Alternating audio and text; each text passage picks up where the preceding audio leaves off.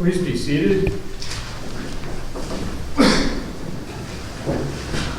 Father in heaven, may the words of my mouth and the meditations of my heart be acceptable to thee. You know, I was hanging out with a bunch of priests and deacons this weekend. You know, we talk about all kinds of things. One of the things we talked about was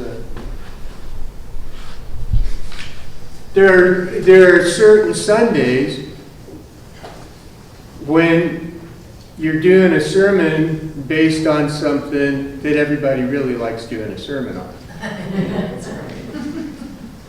One reason is because it's a little easier, I think, but also because it evokes the kind of strong responses that are important in understanding who we are, what our mission is.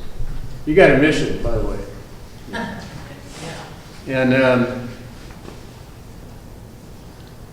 one of our missions, I believe, here, and we're going to be talking about this more and more as time goes by, and I encourage you also to look in your bulletin at the black history insert and information there, please.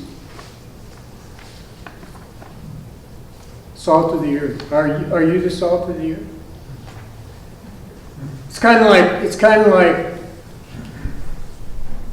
asking yourself if you're humble. Well, you're kind of the wrong person to be asking yourself whether or not you're. It's always kind of confused me, you know what I mean? Because, am I humble? Well, I think I'm pretty humble. Now, what do you think? Well, see, that's the real key there, you know. My dad was the salt of the earth. He was also drunk. But you know what? In between, he was the salt of the earth. As is the nature of a lot of folks who are dealing with a lot of issues in their life. And he was Indian, and that was an issue he had to deal with. But he was the salt of the earth, and the reason why was that he would do anything for anybody that he could. Never complained. Always looked for other ways to help. Didn't seek praise, although he did love a pat on the back. He was the salt of the earth, in my mind. I've known other people that I consider to be the salt of the earth. One of them was a man by the name of Chet Hunt. He was a veteran, Marine Corps, did 6 tours in Vietnam, came back, had some issues, did his best to deal with them. And he was one of the kindest men I ever met. And he was huge, 6'4", the biggest, strongest gentleman that I've probably ever known. He was the salt of the earth. Because he was like that too. He would help. I spent some time with a lot of folks this weekend who I believe are salt of the earth. Walter's one of them. Walter and I rode up to Johnson City together. Indulged in a couple of treats on the way via Pilot gas station. We had an opportunity to talk, which actually probably equates to Walter's a great listener and I like to talk. But you can ask Walter about that. Yeah, we had a good time. We did. We talked with a lot of really, really good people. I think the feeling at the I know the feeling at the convention was really positive. I think a lot of folks came out of there saying, you know, there's light out here in these things that we're doing, but we got to keep doing them.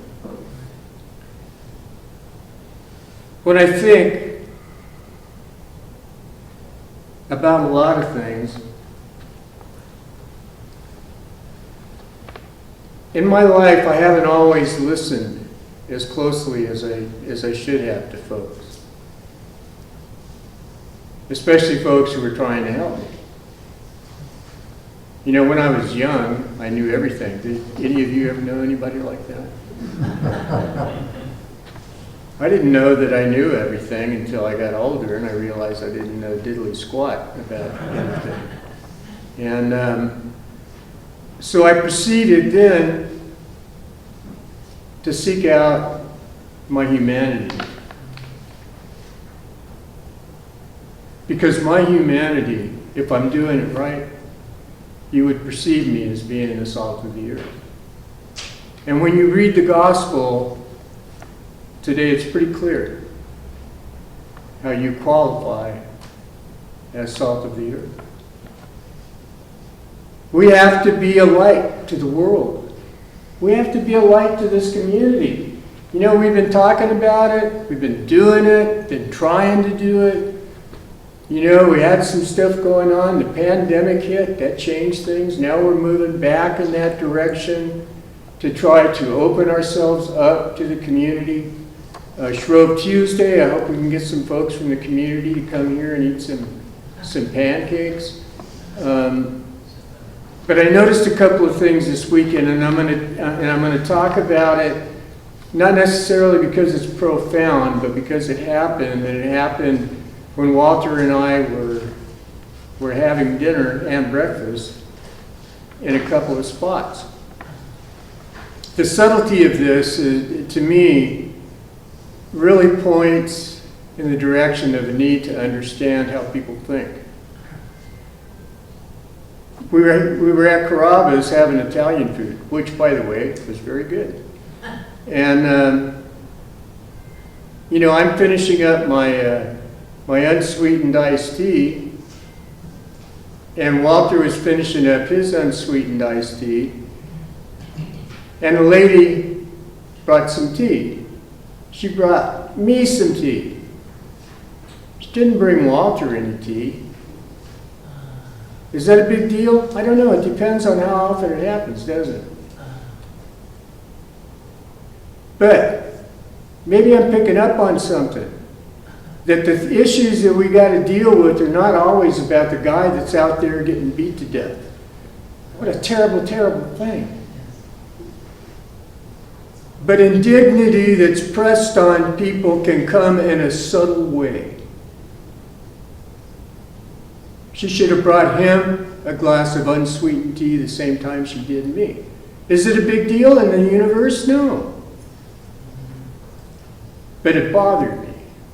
The next morning, we're eating breakfast.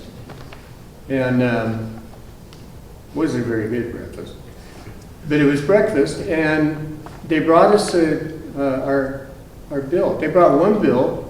It's obvious Walter and I, you know, we're probably different human beings. And this is DoubleTree, and everybody gets their own ticket no matter what. And she brings the ticket, and it's got both our meals on it, and she brought it to me. She didn't bring it to Walter. Why would she bring it to me? I'm starting to say to myself, you know, there might be a message here that I got to get out to folks about watching closely what's going on around you in the environment that you live in that will undermine the things we believe and hurt other people. Did Walter miss that unsweetened tea? I don't think so. Not really. Because Walter is a good guy and he doesn't complain. He's the salt of the earth. As are all you. But I want to evoke that same internal response for the subtle racism as well as the obvious. Because we got to do something about all of it. And I'll tell you something about subtle racism. You don't always see it, and that's worse. And it's common to all folks who are oppressed. The oppressor is focused on keeping us down. We're focused on being the salt of the earth. We're not told by the Lord to go out and hurt someone. We're told by the Lord, be the salt of the earth. That's what he said to us. Dear God in heaven, I love this church. I truly do. I love Episcopal Church. I love the diocese. Past that, I don't know. It's a big world out there. But the Episcopal Church said it's okay for you to be Indian, right? At a time when it was critical that I have that spiritual connection in my life, the Episcopal Church said to me, bring it on, Ron. And I did, and I've been really happy as a result. We're called to figure out what our mission is and then get our feet moving. Every morning, get up, put your pants on, or whatever you put on. Start walking. Start walking the path that God wants you to be on the best that you can. We fail. We fall short of the glory of God. We do, but we keep trying. No matter what. Alcoholics Anonymous says, keep coming back. You know why? Because people don't always learn the first time. And people don't always have the faith that it takes. But if they follow that path long enough, if you keep coming back here and hear from the wonderful range of people we have preaching here, you can get ideas about how to fulfill that ministry in your life. God bless you. Amen. Amen.